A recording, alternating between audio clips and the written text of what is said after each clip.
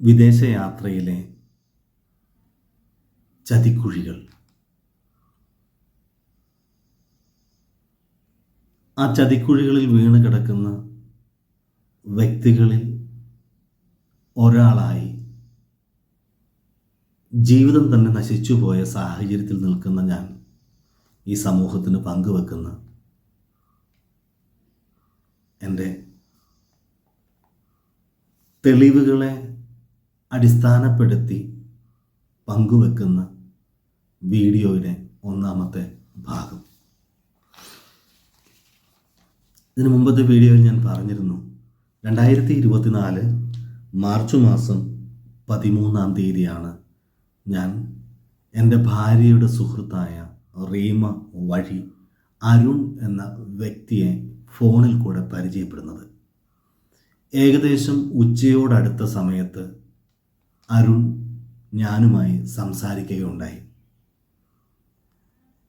അതിനു മുമ്പ് വരെ ഞാൻ സെയിൽസ് ആൻഡ് മാർക്കറ്റിങ്ങിൽ ട്രെയിനിങ് ആയിട്ടും കൺസൾട്ടൻസി ആയിട്ടും ഒരു സ്റ്റേജ് പെർഫോമറായും ഒക്കെ മാർക്കറ്റിംഗ് മേഖലയിൽ അത്യാവശ്യം ഭേദപ്പെട്ട രീതിയിൽ തന്നെ ജോലി ചെയ്ത് ജീവിക്കുകയായിരുന്നു. ഇന്ത്യയിലും ദുബായിലും അങ്ങനെ പല സ്ഥലങ്ങളിലായിട്ട് ഇന്ത്യയിലെ എല്ലാ സ്ഥലങ്ങളിലും യാത്ര ചെയ്ത് ട്രെയിനിങ് എടുത്ത് അങ്ങനെ നിൽക്കുകയായിരുന്നു. ഇനി ഇത്തരം വീട് വിട്ട് അലഞ്ഞുള്ള ജോലി വേണ്ട, വിദേശത്ത് പോയി സെറ്റിലാകാം, അതിനുള്ള കാര്യങ്ങൾക്ക് വേണ്ടി ഭാര്യയുടെയും വീട്ടുകാരുടെയും എല്ലാം ഒരു സമ്മർദ്ദത്തിന് വഴങ്ങിയിട്ടാണ് ഞാൻ വിദേശത്തേക്കുള്ള യാത്രയെക്കുറിച്ച് തീരുമാനിക്കുന്നത് തന്നെ. അതുകൊണ്ട് തന്നെ ഞാൻ അരുണുമായി സംസാരിക്കുന്ന സമയത്ത് തന്നെ എൻ്റെ പേരിൽ മുട്ടം കോടതിയിലുള്ള ഒരു കേസിനെ കുറിച്ചാണ് ഞാൻ ആദ്യം അരുണിനോട് പറയുന്നത്. എൻ്റെ പേരിൽ ഇങ്ങനെ ഒരു കേസുണ്ട്, അത് ഞാൻ ആരെയും പറ്റിച്ച കേസൊന്നുമല്ല, ഞാനൊരു ട്രെയിനിങ് എടുത്തതാണ്. ആ കേസിൽ 12 or 14 പ്രതികളുണ്ട്. അതിൽ 14ാമത്തെ പ്രതി അല്ലെങ്കിൽ ഏറ്റവും ലാസ്റ്റിലത്തെ പ്രതിയാണ് ഞാൻ. തള്ളിപ്പോകുന്ന കേസാണ്, പക്ഷേ കേസ് ഓൾറെഡി ഒരെണ്ണം ഉണ്ട് എന്ന് ഞാൻ പറഞ്ഞപ്പോൾ, ഞാനത് പറഞ്ഞത് അങ്ങനെയാണെങ്കിൽ നടക്കില്ല എന്ന് അരുൺ പറയുമ്പോൾ സിമ്പിളായിട്ട് എനിക്ക് ഒഴിവാകാൻ വേണ്ടിയായിരുന്നു. പക്ഷേ അരുൺ ഇത് കേട്ടപ്പോൾ എന്നോട് പറഞ്ഞത് 1.5 ലക്ഷം രൂപ എയർപോർട്ട് സെറ്റിങ്ങിനായിട്ട് കൊടുത്തിട്ടുണ്ടെങ്കിൽ, കൊലപാതക കേസുണ്ടെങ്കിൽ പോലും ഇന്ത്യയിൽ നിന്ന് പുറത്തു പോകാൻ പറ്റും, അതിനുള്ള പിടിപാട് എനിക്ക് ഡൽഹി എയർപോർട്ടിൽ ഉണ്ട് എന്നാണ് പറഞ്ഞത്. അത് പറഞ്ഞപ്പോൾ ഇങ്ങനെയൊക്കെ സംഭവിക്കുന്നുണ്ട് എന്ന് കേട്ടിട്ടുണ്ടായിരുന്നു. അരുണിന് കഴിവുണ്ടോയെന്ന് എനിക്കറിയില്ലായിരുന്നു. പക്ഷേ പിന്നീട് ഒരിക്കൽ ഞാൻ അരുണിനോടൊപ്പം ഡൽഹിയിലായിരിക്കുന്ന സമയത്ത് അരുൺ ഡൽഹി എയർപോർട്ടിലെ ഉന്നത ഉദ്യോഗസ്ഥനാണ് എന്ന് പറയുന്ന ഒരാളുമായിട്ട് എന്നെ സംസാരിപ്പിച്ചത് ഞാൻ ഓർക്കുന്നു. ആ സമയത്ത് എനിക്ക് ബോധ്യപ്പെട്ടു അരുണിനെ കൊണ്ടത് കഴിയും, അല്ലെങ്കിൽ അങ്ങനെ കഴിയുന്ന അണ്ടർഗ്രൗണ്ട് കണക്ഷൻസ് അരുണിനുണ്ട് എന്ന് എനിക്ക് പിന്നീട് മനസ്സിലായി. അരുൺ അങ്ങനെ പറഞ്ഞു, 1.5 ലക്ഷം രൂപ എയർപോർട്ട് സെറ്റിങ്ങിനായിട്ട് കൊടുക്കുവാണെങ്കിൽ ഇവിടെ PCC ഇഷ്യൂ ഒരു പ്രോബ്ലം അല്ല. 2, എനിക്ക് പോകാനായിട്ട് പറ്റുന്ന ഏറ്റവും നല്ല രാജ്യം എന്ന് പറയുന്ന ലക്സംബർഗാണ്. 2 ലക്ഷം രൂപ സകല ചെലവും കഴിഞ്ഞ് പ്രതിമാസം എനിക്ക് ശമ്പളമായിട്ട് കിട്ടും. കേട്ടപ്പോൾ വളരെ ഞാൻ പ്രതീക്ഷിക്കാത്തൊരു കാര്യമാണ്. കാരണം ഞാൻ ഓർത്തിരുന്നത് ഒരു 1 ലക്ഷം രൂപയൊക്കെ ഒരു മാസം ശമ്പളം കിട്ടുകയാണെന്നുണ്ടെങ്കിൽ ഐ വിൽ ബി ഹാപ്പി, ഒരു ജോലിയല്ലേ. പക്ഷെ എനിക്ക് 2 ലക്ഷം രൂപ എല്ലാ ചെലവും കഴിഞ്ഞ് കിട്ടും. ലക്സംബർഗ് എന്ന് പറഞ്ഞാൽ അത്രയും റിച്ചസ്റ്റ് കൺട്രിയിലാണ് എനിക്ക് ജോലി കിട്ടുന്നത്. ഇതിനു വേണ്ടി ഞാൻ മൊത്തമായി മുടക്കേണ്ട പേയ്മെൻറ്റ് 5,50,000 രൂപയാണ്. ഇത് നിങ്ങൾക്ക് വിസ കാര്യങ്ങളെല്ലാം വന്നതിന് ശേഷം നിങ്ങൾ മുടക്കിയാൽ മതി, നിങ്ങൾ ആലോചിച്ചിട്ട് പറയൂ എന്ന് പറഞ്ഞപ്പോൾ അതുവരെ കണ്ടിട്ടില്ലാത്ത സ്വപ്നം ഞാനും എൻ്റെ ഭാര്യയും എൻ്റെ 2 മക്കളും കാണാൻ തുടങ്ങി. സ്ഥിരമായൊരു ജോലി, 5 വർഷം അവിടെ ജോലി ചെയ്താൽ പെർമനൻറ്റ് റെസിഡൻസി ഡിപ്പെൻഡൻസിനെ അങ്ങോട്ട് കൊണ്ടുവരാൻ സാധിക്കും. അപ്പോൾ ഫാമിലിയായിട്ട് യൂറോപ്പിലേക്ക് പോകാനും അവിടെ സെറ്റിലാകാനും ജീവിതത്തെ ഒരു പുതിയ ഡയമെൻഷനിൽ കരുപിടിപ്പിക്കാൻ പറ്റുമെന്നുള്ള ഒരു പ്രതീക്ഷ ഉള്ളിൽ നാം വിട്ടു. ഞങ്ങൾ സ്വപ്നം കാണാൻ തുടങ്ങി. അന്ന് മുതലുള്ള എൻ്റെ ഹിസ്റ്ററി നോക്കിയാൽ ലക്സംബർഗിനെ കുറിച്ച് പഠിക്കാൻ തുടങ്ങി. മൊബൈൽ ഫോണിൽ ലക്സംബർഗിഷ് ലാംഗ്വേജ് പഠിപ്പിക്കുന്ന ആപ്പുകൾ എടുത്ത് ലാംഗ്വേജിനെ കുറിച്ച് പഠിക്കാൻ തുടങ്ങി. സ്വപ്നങ്ങൾ കണ്ടു തുടങ്ങി. ഇങ്ങനെ ഇരിക്കുമ്പോൾ അരുൺ ഏപ്രിൽ മാസം 17-ാം തീയതി അരുൺ പിന്നെയും റീമ പറഞ്ഞിട്ട് വിളിച്ചു, കോണ്ടാക്റ്റ് ചെയ്തു. കോണ്ടാക്റ്റ് ചെയ്തിട്ട് പറഞ്ഞത്, നിങ്ങളുടെ ലക്സംബർഗ് വർക്ക് സ്റ്റാർട്ട് ചെയ്തിട്ടുണ്ട്, 1.5 ലക്ഷം രൂപ ഇപ്പോൾ ഇമ്മീഡിയറ്റ് ആയിട്ട് അയച്ചു കൊടുക്കണം. ഇപ്പോൾ അയച്ചു കൊടുത്തില്ല എങ്കിൽ നിങ്ങളുടെ സെലക്ഷൻ പിന്നെയും താമസിക്കും. അർജൻറ്റായിട്ട് കൊടുക്കണം, ഇന്ന് തന്നെ കൊടുക്കണം 1.5 ലക്ഷം രൂപ. അത് എയർപോർട്ടിലെ സെറ്റിങ്സും കാര്യങ്ങൾക്ക് എല്ലാത്തിനുമായിട്ടുള്ള ഫണ്ടാണ്, അത് ഇപ്പം തന്നെ കൊടുക്കണമെന്ന് പറഞ്ഞപ്പോൾ പെട്ടെന്ന് ഞങ്ങളുടെ കയ്യിൽ പണം ഉണ്ടായിരുന്നില്ല. കാരണം ഞങ്ങളൊരു വീട് വെച്ച് വാർപ്പ് കഴിഞ്ഞു, ഫ്ലോറിൻ്റെ പണിയൊന്നും ചെയ്തിട്ടില്ല, ഇപ്പോഴും ചെയ്തിട്ടില്ല കേട്ടോ, ഒന്നും ചെയ്തിട്ടില്ല. അപ്പോൾ അങ്ങനെ നിൽക്കുന്ന സമയം എൻ്റെ കയ്യിൽ ടൈറ്റ് ആയതുകൊണ്ട് ഞങ്ങൾ പ്രത്യേകിച്ച് മാർഗമില്ല അരുൺ എന്ന് പറഞ്ഞപ്പോൾ അരുൺ പറഞ്ഞു, ഇന്ന് തന്നെ അല്ലെങ്കിൽ നാളെ ഈ പണം കിട്ടണം, ഇല്ലെങ്കിൽ സാറിൻ്റെ വർക്ക് പിന്നെയും കുറേയും കൂടെ ലേറ്റായി പോകുമെന്ന് പറഞ്ഞപ്പോൾ ഞങ്ങൾ എന്ത് ചെയ്യണമെന്ന് അറിയാതിരുന്ന സമയത്താണ് റീമ എൻ്റെ ഭാര്യയുമായി സംസാരിക്കുന്നത്. നിങ്ങൾക്ക് അരുണിനെ പൂർണ്ണമായി വിശ്വസിക്കാം. എൻ്റെ ചേച്ചിയുടെ മകനെ പോലെയാണ് എനിക്ക് അരുൺ. നിങ്ങൾ പൈസ ഇപ്പോഴില്ലെങ്കിലും എവിടെ നിന്നെങ്കിലും അറേഞ്ച് ചെയ്യും. നിങ്ങളെക്കൊണ്ട് 1-2 ദിവസത്തിനുള്ളിൽ അറേഞ്ച് ചെയ്യാൻ പറ്റുമെങ്കിൽ എൻ്റെ കയ്യിൽ എൻ്റെ വേറൊരു സുഹൃത്ത് അറേഞ്ച് ചെയ്തിരിക്കുന്ന 1.5 ലക്ഷം രൂപ ഇരിപ്പുണ്ട്. നിങ്ങൾക്ക് വേണ്ടി ആ പണം ഞാൻ എടുത്തു കൊടുക്കാം. 2 ദിവസത്തിനുള്ളിൽ നിങ്ങൾ എനിക്ക് തന്നാൽ മതി. ഇത്ര നല്ല അവസരമായതുകൊണ്ടും സുനിത എനിക്ക് നിന്നെ അത്ര പ്രിയപ്പെട്ടതായതുകൊണ്ടുമാണ് ഞാനിത് പറയുന്നത്. നിങ്ങൾ ധൈര്യമായിട്ട് ചെയ്തുകൊള്ളൂ എന്ന് പറയുന്നു. ഈ സമയത്തൊക്കെ ഞങ്ങളുടെ പ്രതീക്ഷ റീമ ചേച്ചി കൊല്ലത്താണുള്ളത്, കായംകുളം ആ ഭാഗത്താണെന്നായിരുന്നു രാഷ്ട്രീയമോട് പറഞ്ഞിരുന്നത്. അരുൺ എന്ന് പറഞ്ഞ റീമ ചേച്ചിക്ക് അറിയാവുന്ന ഒരാളാണ്, അത്ര പരിചയമുള്ള ആളാണ് എന്നുള്ള പ്രതീക്ഷയിലായിരുന്നു ഞങ്ങൾ നിന്ന്. റീമ ചേച്ചി ഇത് പറഞ്ഞത് കേട്ടപ്പോൾ ഞങ്ങൾ പെട്ടെന്ന് ഒരു ലോണ് വേറെ സ്ഥലത്തുനിന്ന് ലോണായിട്ട് എടുത്ത് 2 ദിവസം കൊണ്ട് ഈ പണം ഞങ്ങൾ അയച്ചു കൊടുത്തു. കറണ്ട് പോയതാണ്, സോറി. ഈ പണം ഞങ്ങൾ 2 ദിവസം കൊണ്ട് അരുൺ പറഞ്ഞ മറ്റൊരാളുടെ അക്കൗണ്ടിലേക്ക്, ഒരു ഹിമാചലിലുള്ള ഗുർപ്രീത് സിംഗ്, ഞാൻ അക്കൗണ്ട് ഡീറ്റെയിൽസ് ഉണ്ട്, അങ്ങനെ പേരിലാണ് അറിയപ്പെടുന്ന ഒരാളുടെ അക്കൗണ്ടിലേക്ക് 2 തവണയായി 2 ദിവസം കൊണ്ട് ഞങ്ങൾ 1.5 ലക്ഷം രൂപ അയച്ചു കൊടുത്തു. അയച്ചു കൊടുത്തിട്ട് പിന്നെ നിരന്തരം അരുണുമായി ഞങ്ങൾ സംസാരിക്കുവാൻ ശ്രമിക്കുമ്പോൾ അരുൺ പറയുന്നത് 35 ദിവസത്തിനുള്ളിൽ നിങ്ങൾക്ക് വിസയും ടിക്കറ്റും കിട്ടും, ലക്സംബർഗിൽ കയറി പോകാൻ പറ്റും. ഇത് പറഞ്ഞിട്ടാണ് പൈസ വാങ്ങുന്നത്. ഈ 35 ദിവസത്തിന് വേണ്ടി ഞങ്ങൾ നോക്കി നിൽക്കുന്ന സമയത്ത് ഞങ്ങൾക്ക് ഒരു ദിവസം ഒരു ഇൻ്റർവ്യൂ കോൾ വന്നു. അരുൺ ആ സമയത്ത് എന്നോട് പറയുന്നുണ്ട്, ജിന സാർ പോകുന്ന സമയത്ത് 4 ലക്ഷം രൂപ അക്കൗണ്ടിൽ ഷോ മണി കാണിക്കണം. നമുക്ക് സംശയം വന്നു ഉള്ളിൽ. കാരണം ഞാൻ വിദേശത്തേക്ക് പഠിക്കുവാനായിട്ടോ അല്ലെങ്കിൽ ഒരു വിസിറ്റിങ്ങിനായിട്ടോ പോകുമ്പോഴല്ലേ എൻ്റെ അക്കൗണ്ടിൽ ഞാൻ ഇനഫ് ഷോ മണി കാണിക്കേണ്ടതായിട്ടുള്ളൂ. എന്നെ ജോലിക്ക് തിരഞ്ഞെടുത്ത് അവിടുന്ന് കമ്പനിയിൽ ജോലി ഉറപ്പിച്ച് വിസ കിട്ടി പോകുമ്പോൾ എന്തിനാണ് ഞാൻ ഷോ മണി കാണിക്കുന്നത് എന്ന ഡൗട്ട് എനിക്കുണ്ടായിരുന്നു. അരുണിനോട് ചോദിക്കുമ്പോൾ അരുൺ സാർ 4 ലക്ഷം രൂപ നിങ്ങൾ ഷോ മണി കാണിച്ചേ പറ്റുള്ളൂ എന്ന് പറഞ്ഞപ്പോൾ ഞാൻ അരുണിനോട് ചോദിക്കുന്നുണ്ട്, അരുൺ മറ്റെന്തെങ്കിലും വഴിയുണ്ടോ? ഈ സമയത്ത് അരുൺ പറഞ്ഞു, ജോർജിയ വഴി പോകാം. ജോർജിയ വഴി പോവുകയാണെന്നുണ്ടെങ്കിൽ ഷോമണി ഒഴിവാക്കിക്കൊണ്ട് നമുക്ക് കടന്നു പോകാൻ പറ്റും എന്ന് പറഞ്ഞു. അതൊരു സന്തോഷ വാർത്തയായിട്ടാണ് കരുതിയത്. കാരണം 4 ലക്ഷം രൂപ എക്സ്ട്രാ അറേഞ്ച് ചെയ്യാൻ സാധിക്കുന്ന ഒരവസ്ഥയിലായിരുന്നില്ല ഞങ്ങൾ.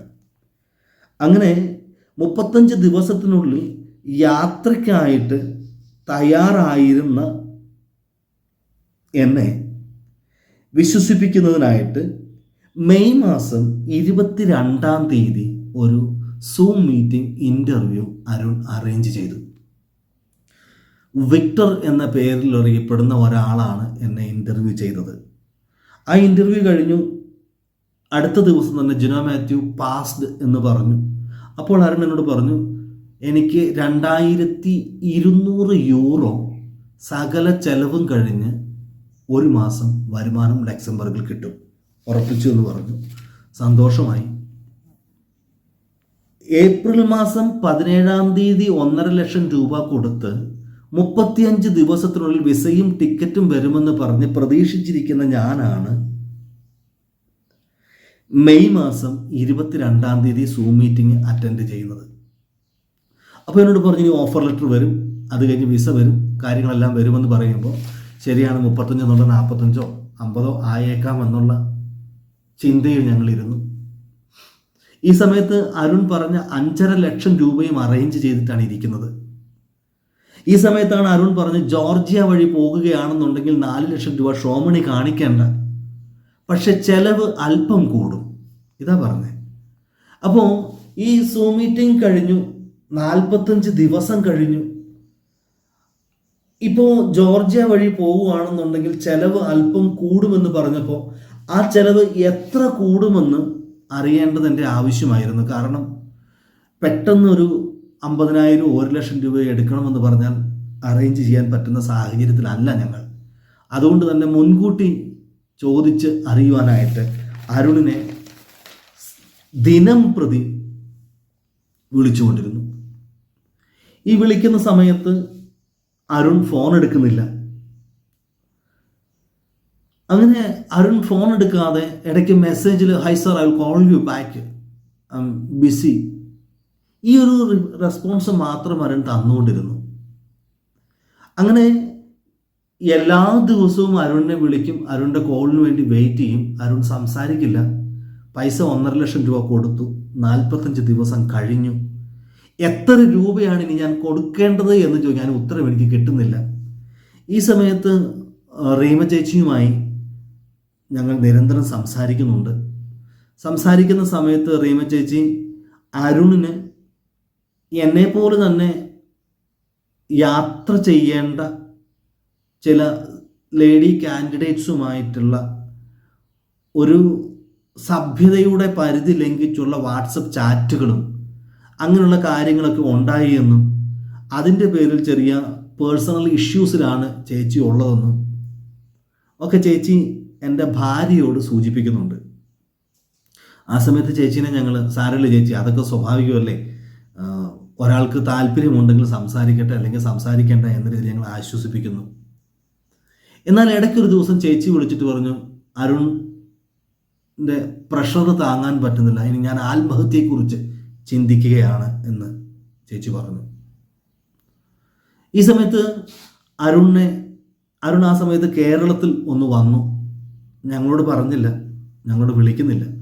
കേരളത്തിൽ വന്ന് അരുൺ തിരിച്ചു പോകുന്ന സമയമായപ്പോഴത്തേക്കും ചേച്ചി പറയുന്നു റീമ ചേച്ചീനെയും വിളിക്കുന്നില്ല എന്ന് പറഞ്ഞിട്ട് റീമ ചേച്ചിയും വിഷയമുണ്ടാക്കിയപ്പോൾ അരുണിനോട് നിർബന്ധമായി സംസാരിച്ചേ പറ്റുള്ളൂ എന്ന് പറഞ്ഞ സമയത്ത് അരുൺ ഒരു കോള് വിളിച്ച് എന്നോട് പറഞ്ഞു, റീമയെ ഞാൻ പറഞ്ഞു വിടുകയാണ് ജോലിയിൽ നിന്ന്.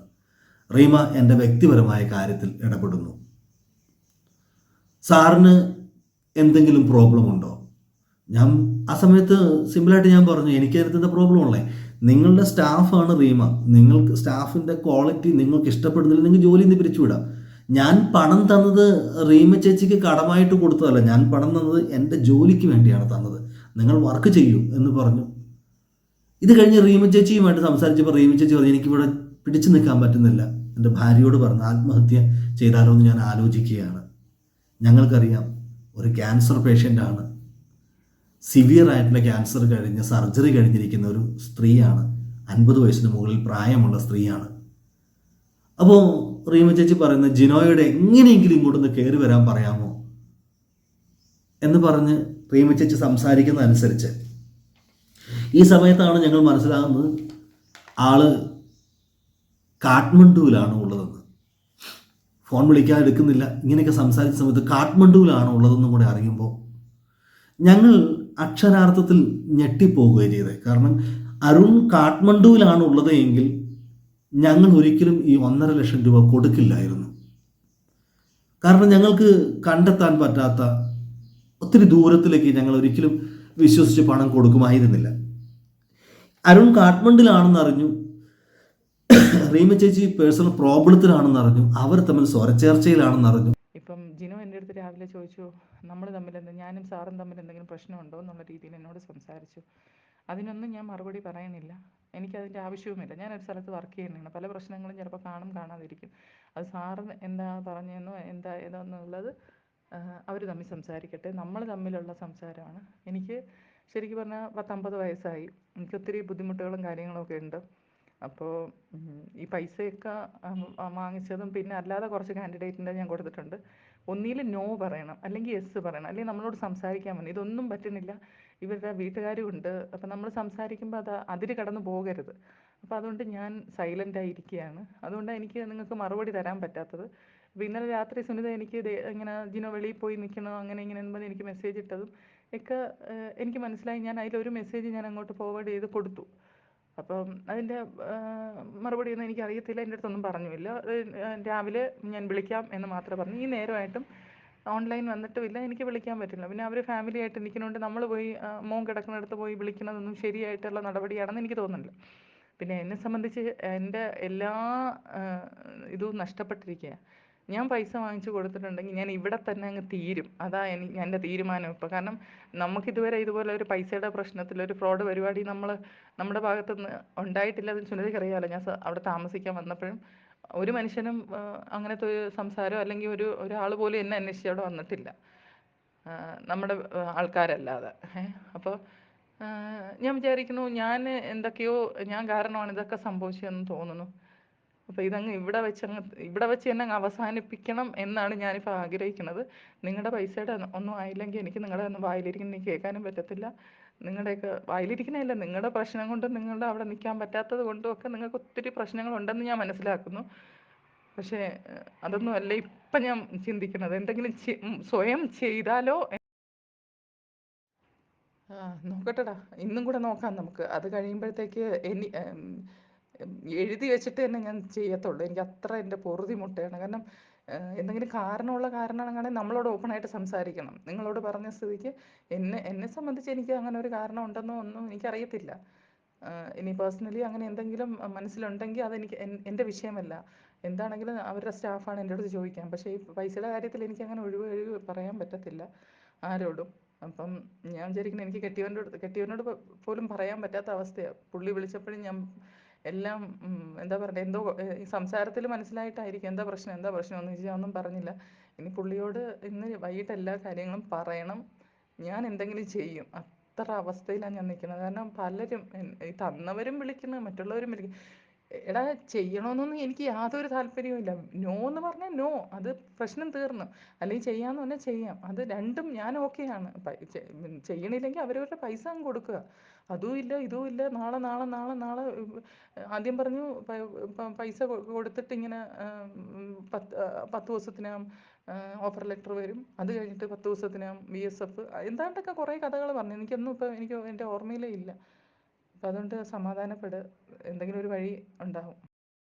അത് കുഴപ്പമില്ല ജിനോ, എനിക്ക് പൈസ തരാനുണ്ട് കഴിഞ്ഞ മാസത്തെ. അതിലൊന്നും ടെൻഷൻ വേണ്ട, ഞാൻ കൊടുത്തോളാം. കാരണം ആരെങ്കിലും ഒരാൾ വന്നാലേ ചൂടാകത്തുള്ളൂ. ഇപ്പോൾ നമ്മൾ കേട്ട റീമ ചേച്ചിയുടെ ഓഡിയോ ക്ലിപ്പുകൾ, ഇതുപോലെ നിരവധിയായ വോയിസ് മെസ്സേജുകൾ ഞങ്ങൾക്ക് അയച്ചു തന്നത് വഴിയാണ് അരുണും റീമ ചേച്ചിക്കുമിടയിൽ അവിടെ എന്തൊക്കെയോ പ്രശ്നങ്ങളുണ്ട് എന്നും കാര്യങ്ങൾ സുഗമമായിട്ടല്ല പോകുന്നതെന്നും എല്ലാം ഞങ്ങൾ അറിയുന്നത്. അപ്പോഴാണ് ഞങ്ങൾ ഞെട്ടിപ്പോയത്. അരുൺ ഞങ്ങൾ വിളിക്കുന്ന കോളുകൾ അറ്റൻഡ് ചെയ്യുന്നില്ല. എത്ര രൂപയാണ് ഞാൻ റെഡിയാക്കേണ്ടതെന്ന് ചോദിക്കുമ്പോൾ അതിന് വ്യക്തമായൊരു മറുപടി തരുന്നില്ല. ഇത്രയുമൊക്കെ ആയപ്പോൾ ഞങ്ങൾ കാഠ്മണ്ഡുവിലേക്ക് കയറി പോകുവാൻ തീരുമാനിച്ചു. അങ്ങനെ 2024 ജൂൺ മാസം 8-നാണ് ഞാൻ കാഠ്മണ്ഡുവിനുള്ള ഫ്ലൈറ്റ് ടിക്കറ്റ് എടുക്കുന്നത്. അതിന് തൊട്ട് മുമ്പുള്ള 7 ദിവസവും അരുണിനെ ഫോണിൽ ബന്ധപ്പെടാൻ നിരന്തരം ശ്രമിച്ചിട്ടും യാതൊരുവിധ റെസ്പോൺസും തരാതെ 1.5 ലക്ഷം രൂപ മേടിച്ചിട്ട് ഞങ്ങളെ പൂർണ്ണമായി അവോയ്ഡ് ചെയ്ത് കഴിഞ്ഞപ്പോഴാണ് ഞങ്ങൾ കാഠ്മണ്ഡുവിലേക്ക് കയറി പോകാൻ തീരുമാനമെടുക്കുന്നത്. ജൂൺ മാസം 11-ാം തീയതിയാണ് എൻ്റെ ഫ്ലൈറ്റ്. രാവിലെ എനിക്ക് ഫ്ലൈറ്റ് കയറി പോകേണ്ടത്. എറണാകുളത്തു നിന്നായിരുന്നു ഫ്ലൈറ്റ് ഡൽഹിയിൽ ചെന്ന് അടുത്ത ഫ്ലൈറ്റിന് കാഠ്മണ്ഡു, അങ്ങനെയായിരുന്നു. അപ്പോൾ ജൂൺ 8-ന് തന്നെ ഞാൻ ഈ ഫ്ലൈറ്റ് ടിക്കറ്റ് എടുത്ത് അതിലൊരു കോപ്പി അരുണിനും ഒരു കോപ്പി റീമയ്ക്കും ഞാൻ അയച്ചു കൊടുത്തു. എൻ്റെ മേക്ക് മൈ ട്രിപ്പ് വഴിയാണ് ഞാൻ ടിക്കറ്റ് എടുത്തത്. അയച്ചു കൊടുത്തു. അരുൺ അതിനുശേഷം ഈ ടിക്കറ്റ് കണ്ടതിന് ശേഷം അരുൺ എന്നോട് സംസാരിക്കുവാൻ തുടങ്ങി. ഞാൻ അരുണിനോട് പറഞ്ഞു, അരുൺ ഇനിയിപ്പം നോക്കണ്ട അരുൺ, ഞാൻ അവിടെ വരുന്നുണ്ടല്ലോ, നേരിട്ട് വന്ന് നമുക്ക് സംസാരിക്കാം. അപ്പോൾ എനിക്ക് എൻ്റെ ചിലവുകൾ എത്രയാകുമെന്ന് പൂർണ്ണമായിട്ടൊന്ന് കറക്റ്റായിട്ട് പറഞ്ഞു തന്നാൽ മതി എന്നെല്ലാം പറയുമ്പോൾ ഓക്കെ സാർ എന്ന് പറഞ്ഞുകൊണ്ടിരുന്നു. ഞാൻ ജൂൺ മാസം 11-ന് രാവിലെ എറണാകുളത്തു നിന്നും ഡൽഹിക്കുള്ള ഫ്ലൈറ്റിന് കയറി. ഏകദേശം 9 മണിയായപ്പോൾ, അതുവരെ ഞാനും അരുണും നല്ല സൗഹൃദത്തിലാണ് സംസാരിക്കുന്നത്. ഞാൻ പറഞ്ഞു 7-8 ദിവസം സംസാരിക്കാതിരുന്നിട്ട് ഞാൻ ടിക്കറ്റ് അയച്ചു കൊടുത്തതിന് ശേഷം ഞാൻ നേപ്പാളിലേക്ക് വരികയാണെന്ന് അറിഞ്ഞ നിമിഷം മുതൽ അരുൺ ഞാനുമായി നല്ല സൗഹൃദത്തിൽ കൂടി സംസാരിക്കുന്നുണ്ട്. പക്ഷേ ജൂൺ 11-ന് ഏകദേശം 9 മണിയായപ്പോൾ ഡൽഹി എയർപോർട്ടിൻ്റെ എമിഗ്രേഷൻ കൗണ്ടറിലേക്ക് ഞാൻ പോയിക്കൊണ്ടിരിക്കുന്ന സമയത്ത് എൻ്റെ ഭാര്യ എന്നെ വിളിച്ചു. നേപ്പാളിൽ റീമയും അരുണും തമ്മിൽ ഭയങ്കര വഴക്കാണ്. റീമയെ അരുൺ ഉപദ്രവിച്ചു കൊണ്ടിരിക്കുന്നു. അരുൺ എൻ്റെ ഭാര്യയെ വിളിച്ച് വളരെ മോശമായ രീതിയിൽ ഷൗട്ട് ചെയ്തു. എത്രയും പെട്ടെന്ന് ജിനോയോട് തിരിച്ച് നാട്ടിൽ പോയിക്കൊള്ളാൻ പറയണം, ഇല്ല എങ്കിൽ എന്നെ കാണാൻ നേപ്പാളിലേക്ക് ജിനോ വരേണ്ട കാര്യമില്ല, വന്നാൽ ഇവിടെ വലിയ വിഷയമാകുമെന്നൊക്കെ പറഞ്ഞ് എൻ്റെ ഭാര്യയെ ഷൗട്ട് ചെയ്തപ്പോൾ എൻ്റെ ഭാര്യ ഭയന്ന് എന്നെ വിളിച്ചു. എന്നെ വിളിച്ച ഉടൻ തന്നെ ഞാൻ അരുണുമായി കമ്മ്യൂണിക്കേറ്റ് ചെയ്യാൻ ശ്രമിച്ചപ്പോൾ ഇതുവരെ ഞാൻ കണ്ടിട്ടില്ലാത്ത കേട്ടിട്ടില്ലാത്ത ഒരു ഭാവത്തിലാണ് അരുൺ എന്നോട് പ്രതികരിച്ചത്. ഇപ്പോൾ ഈ നിമിഷം ഇവിടെ നിന്നും ജിനോ തിരിച്ച് കേരളത്തിലേക്ക് പോയിക്കൊള്ളണം, ഇല്ല എങ്കിൽ ഡൽഹി എയർപോർട്ടിൽ വെച്ച് ജിനോയെ ഞാൻ പിടിപ്പിക്കും. നിങ്ങൾ ഇനി ഒരു കാരണവശാലും പുറം കാണില്ല, നിങ്ങൾ ഒരു കാരണവശാലും വിദേശ രാജ്യത്തിൽ പോകുകയുമില്ല, നിങ്ങളെ എയർപോർട്ടിൽ വെച്ച് ഞാൻ പിടിപ്പിക്കും, അറസ്റ്റ് ചെയ്യിപ്പിക്കും, അതിനുള്ള ഹോൾഡ് അരുണിനുണ്ട് എന്ന് പറഞ്ഞ് ഒരു വല്ലാത്ത രീതിയിൽ വയലൻ്റായി ഷൗട്ട് ചെയ്ത് മോശമായ പദങ്ങൾ ഉപയോഗിച്ച് ഷൗട്ട് ചെയ്യുന്ന അരുണിനെയാണ് ഞാൻ അവിടെ വെച്ച് കേട്ടത്. ഞാൻ സ്തംഭിച്ചു പോയി. എന്തിനു വേണ്ടി? ഞാൻ പറഞ്ഞു അപ്പോൾ, അരുൺ സാർ, ഞാൻ ഇങ്ങോട്ട് വരുന്നുണ്ട് എന്നുള്ള കാര്യം നിങ്ങളോട് 8-ാം തീയതി രാത്രി തന്നെ അറിയിച്ചതല്ലേ, പിന്നെ ഞാൻ വരുന്നതിന് നിങ്ങൾക്ക് എന്താണ് പ്രോബ്ലം എന്ന് ചോദിച്ചപ്പോൾ യാതൊരുവിധ ബഹുമാനവും ഇല്ലാത്ത രീതിയിൽ ഷൗട്ട് ചെയ്ത സമയത്ത് അരുണിനോട് ഞാൻ പറഞ്ഞു, അരുൺ ഞാൻ അങ്ങോട്ട് വരികയാണ്. അരുൺ, ഈ നേപ്പാൾ കാഠ്മണ്ഡുവിൽ ഞാൻ ആദ്യമായിട്ട് വരുന്നതൊന്നുമല്ല, ഇതിനു മുമ്പും വന്നിട്ടുണ്ട്. അതുകൊണ്ട് എയർപോർട്ടിൽ വെച്ച് എന്നെ പിടിപ്പിക്കാൻ ആണ് അരുണിൻ്റെ തീരുമാനമെങ്കിൽ അരുൺ അത് ചെയ്തുകൊള്ളൂ എന്ന് പറഞ്ഞ് ഞാൻ ഫോൺ കട്ട് ചെയ്തു. അല്പസമയത്തുള്ള എൻ്റെ ഭാര്യ കരഞ്ഞുകൊണ്ട് എനിക്ക് ഒരു വോയിസ് കേൾപ്പിച്ചു തരികയും വളരെ ഭയത്തോടു കൂടി ഒരു കാര്യം പറയുകയും ചെയ്തു.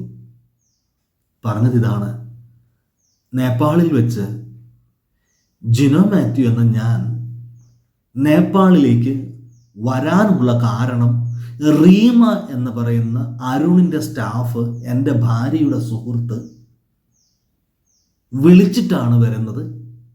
അരുണിനെ അറിയിക്കാതെ ചെയ്ത നാടകമാണ് എന്നിങ്ങനെ അൺനെസസറി ആയിട്ടുള്ള കുറേ കാര്യങ്ങൾ പറയുകയും റീമയെ അതിക്രൂരമായി മുടി കുത്തിന് പിടിച്ച് തലയ്ക്ക് അടിച്ച് റീമയുടെ മൊബൈൽ ഫോൺ എറിഞ്ഞു പൊട്ടിച്ച് നിന്നെ ഞാൻ കൊല്ലുമെന്ന് ആക്രോശിച്ചുകൊണ്ട് നിൽക്കുന്നത് എൻ്റെ ഭാര്യ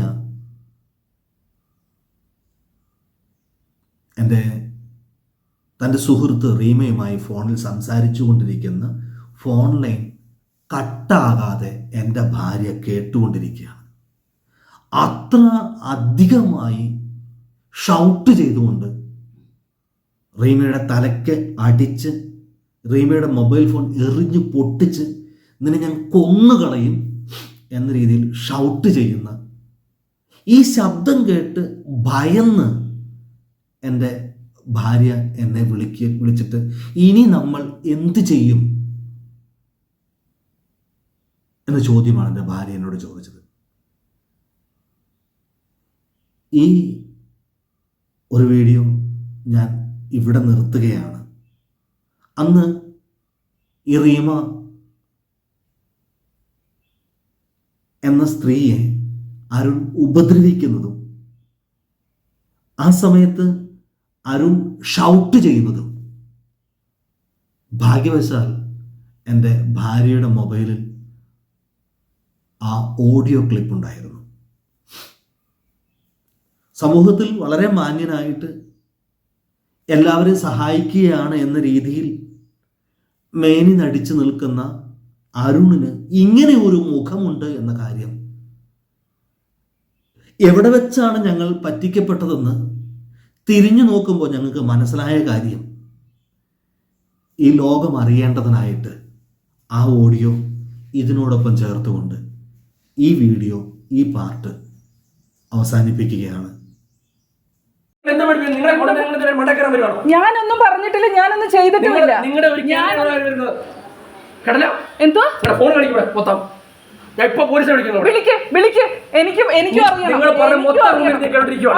എന്തോ പറഞ്ഞു, ഞാൻ എന്തോ പറഞ്ഞു. പൈസ വാങ്ങിച്ചവര് കയറി കുഴപ്പമാണോ? പൈസ വാങ്ങിച്ചവര് കയറി വരണം എന്റെ കുഴപ്പമാണോ? ഞാനിപ്പോ റെക്കോർഡ് ചെയ്യാ, എന്റെ കെട്ടിയോൻ അയച്ചു കൊടുക്കാൻ ഞാനിപ്പോ റെക്കോർഡ് ചെയ്യാം. കാരണം എല്ലാ കാര്യങ്ങളും ഇല്ല, ഞാൻ കേസാക്കുക തന്നെ ചെയ്യും. ഞാൻ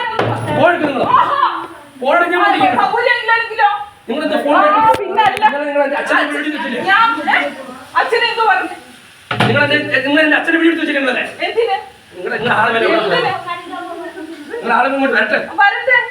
നിന്റെ ഉദ്ദേശം മനസ്സിലായി.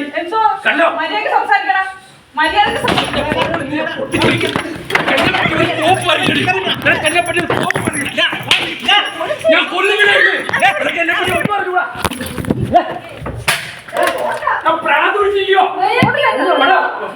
भैया पुलिस का कॉल कर दो. पुलिस ഞാൻ വിളിച്ചിരുന്നു.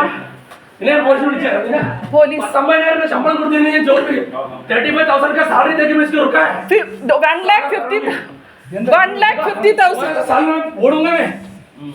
1,50,000 രൂപ അവന് കൊടുത്തതിന് അവര് ഇങ്ങോട്ട് വരണമെന്ന് എന്നെ അടിക്കണ എന്തിനാ? ഞാൻ നാട്ടിലേക്ക് വിളിച്ചു പറയണം. അവര് തമ്മിൽ സംസാരിക്കേണ്ട, എന്റെ അടുത്ത് ചോദിക്കേണ്ട കാര്യം എന്തുകൊണ്ട്? എനിക്കറിയണ്ട. എന്നെ അടിച്ചെന്തിനാ? എന്നെ അടിച്ചെന്തിനാ? ഞാനൊന്നും പറഞ്ഞിട്ടില്ല. ഏത് വീഡിയോ? ഏത് വീഡിയോ? നീ വിളി, പോലീസിനെ വിളിക്കേ.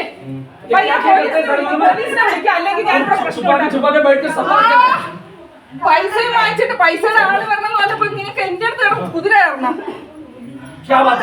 ഞാൻ എന്തോ പറഞ്ഞതിന്റെ എന്നെ അടിക്കാൻ നിങ്ങൾ കൂട്ടിരിക്കുകയാണോ? അടിക്കാൻ നിങ്ങൾ കൂട്ടിരിക്കുകയാണോ?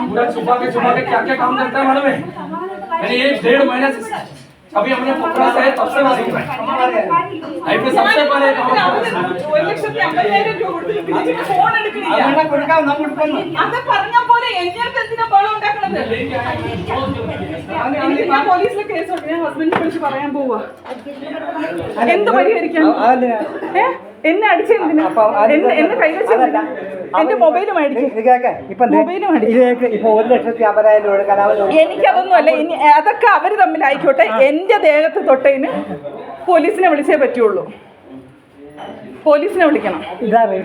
എന്റെ ഫോൺ ഇപ്പൊ എറിഞ്ഞു പൊട്ടിച്ചത് എന്റെ ഇതെന്റെ ഫോൺ. ഈ ഫോൺ ഇപ്പൊ എനിക്ക് ഫോൺ വാങ്ങിച്ച ഞാനിപ്പോ വിളിക്കും ഹസ്ബൻഡിനെ.